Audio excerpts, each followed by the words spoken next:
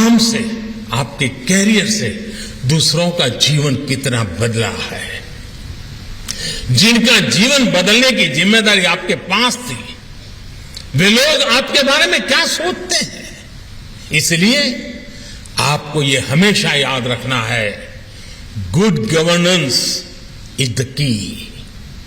जब people centric governance होती है, जब डेवलपमेंट ओरिएंटेड गवर्नेंस होती है, तो वो समस्याओं का समाधान भी करती है और बेहतर रिजल्ट भी देती है। गुड गवर्नेंस में जनता के प्रति जवाबदेही होती है। एक ही राज्य में एक जिला अच्छा परफॉर्म करे और दूसरा न करे, तो इसके पिछले असली वजह गुड गवर्नेंस का अंतर ही होता है। हमारे सामने एस्पिरेशनल डिस्ट्रिक्ट्स का उदाहरण है। हमने जब जोश से भरे देश के युवा अफसरों को वहां नियुक्त किया, उन्हें गुड गवर्नेंस के लिए प्रेरित किया, तो नतीजे भी बेहतरीन आए। आज अनेक एस्पिरेशनल डिस्ट्रिक्ट्स डेवलपमेंट पैरामीटर्स में देश के दूसरे जिलों से भी बहुत अच्छा प्रदर्शन कर रहे हैं। जब आप इस पर फोकस करेंगे, पीपल्स पार्टिसिपेशन पर फोकस करेंगे, तो जनता में भी ओनरशिप का भाव, उसकी भावना और अधिक मजबूत होगी। और जनता जनार्दन किसी भी योजना की ओनरशिप ले लेती है, तो अभूतपूर्व नतीजे आना सुनिश्चित हो जाता है। आप स्वच्छ भारत अभियान देख लीजिए, अमृत सरोवर अभियान देख लीजिए, जल जीवन मिशन देख लीजिए। इनकी सफलता का बड़ा आधार जनता द्वारा ली गई ओनरशिप है।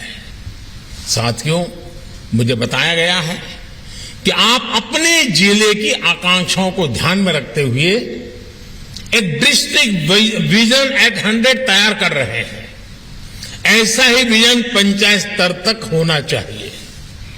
अपनी ग्राम पंचायत, अपने ब्लॉक, अपने डिस्ट्रिक्ट, अपने राज्य में हमें किन सेक्टर्स पर फोकस करना है, इन्वेस्टमेंट को आकर्षित करने के लिए कौन कौन से बदलाव करने हैं, हमारे जिले, ब्लॉक या पंचायत में कौन से प्रोडक्ट्स हैं जिन्हें हम एक्सपोर्ट कर सकते हैं या उस स्तर तक ले जा सकते हैं, इनको लेकर एक स्पष्ट विजन हमारे पास होना चाहिए। आप अपने क्षेत्र में स्थानीय उत्पादों को बढ़ावा देने के लिए एमएसएमई और स्वयं सहायता समूहों के बीच कड़ियों को जोड़ सकते हैं। आप सभी के लिए लोकल टैलेंट को प्रोत्साहित करना, लोकल एंटरप्रेन्योरशिप को सपोर्ट करना, स्टार्टअप कल्चर को बढ़ावा देना, मैं समझता हूं कि ये समय की मांग है। साथियों, हेड ऑफ द गवर्नमेंट रहते हुए मुझे 20 साल से भी ज्यादा समय हो चुका है। आप में से कई लोग बरसों से मेरे साथ काम कर रहे हैं, और मैं तो कहूंगा मेरा सौभाग्य है कि आप जैसे साथियों के साथ मुझे काम करने का अवसर मिला है। आप जानते हैं कि मैंने हमेशा कैपेसिटी बिल्डिंग पर कितना जोर दिया है। मुझे खुशी है कि आज आप सब सिविल सर्वेंट के बीच मिशन कर्मयोगी एक बड़ा अभियान बन चुका है। मिशन कर्मयोगी का मकसद है सिविल सर्वेंट्स के फुल पोटेंशियल का उपयोग करना। कैपेसिटी बिल्डिंग कमीशन इस अभियान को पूरी मजबूती से आगे बढ़ा रहा है। मेरा यह भी मानना है कि ट्रेनिंग और लर्निंग कुछ महीनों की औपचारिकता बनकर नहीं रहनी चाहिए। इसलिए ट्रेनिंग और लर्निंग से जुड़ा क्वालिटी मटेरियल हर जगह हर समय उपलब्ध हो, इसके लिए आई गॉट प्लेटफॉर्म बनाया गया है।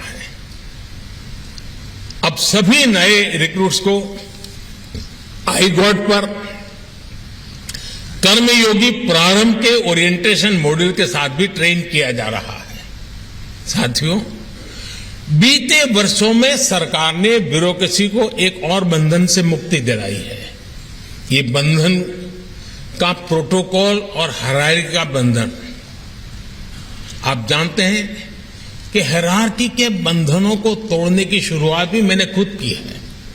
मैं लगातार सेक्रेटरी से लेकर के असिस्टेंट सेक्रेटरी तक से मिलता हूं। मैं ट्रेनी अफसरों के साथ मुलाकात करता हूं। हमने डिपार्टमेंट के भीतर हर किसी की भागीदारी बढ़ाने के लिए, नए आइडियाज के लिए केंद्र सरकार में भी चिंतन शिविर को बढ़ावा दिया है। हमारे प्रयासों से एक और बड़ा बदलाव आया है। पहले वर्षों तक राज्यों में रहने के बाद ही अधिकारियों को डेपुटेशन पर केंद्र सरकार में काम करने का अनुभव मिलता था।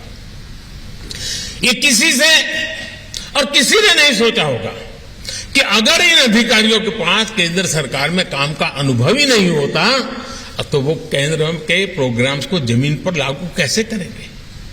हमने असिस्टेंट सेक्रेटरी प्रोग्राम के जरिए इस गैप को भी भरने का प्रयास किया। अब युवा आईएएस अपने कैरियर की शुरुआत में ही केंद्र सरकार में काम करने का, उनके अनुभव लेने का मौका मिलता है। सीनियर मोस्ट लोगों के साथ उसको कुछ सीखने को मिलता है। हमें इस तरह की इनोवेशंस को आगे बढ़ाना है।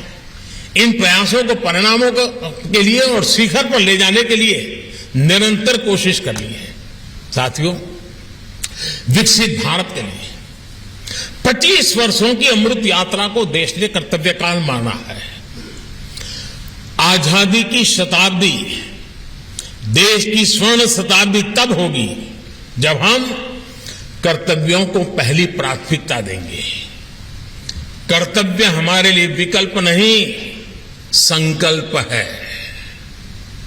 ये समय तेजी से बदलाव का समय है। आपकी भूमिका भी आपके अधिकारों से नहीं, आपके कर्तव्यों और उनके पालन से तय होगी।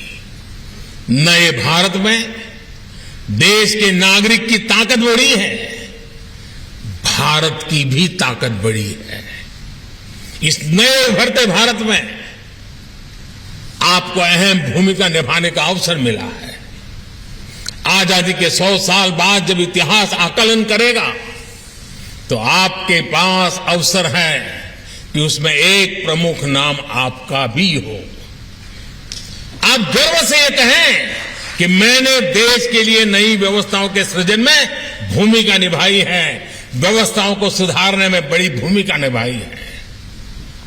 मुझे विश्वास है कि आप सभी राष्ट्र निर्माण में अपनी भूमिका को विस्तार देते रहेंगे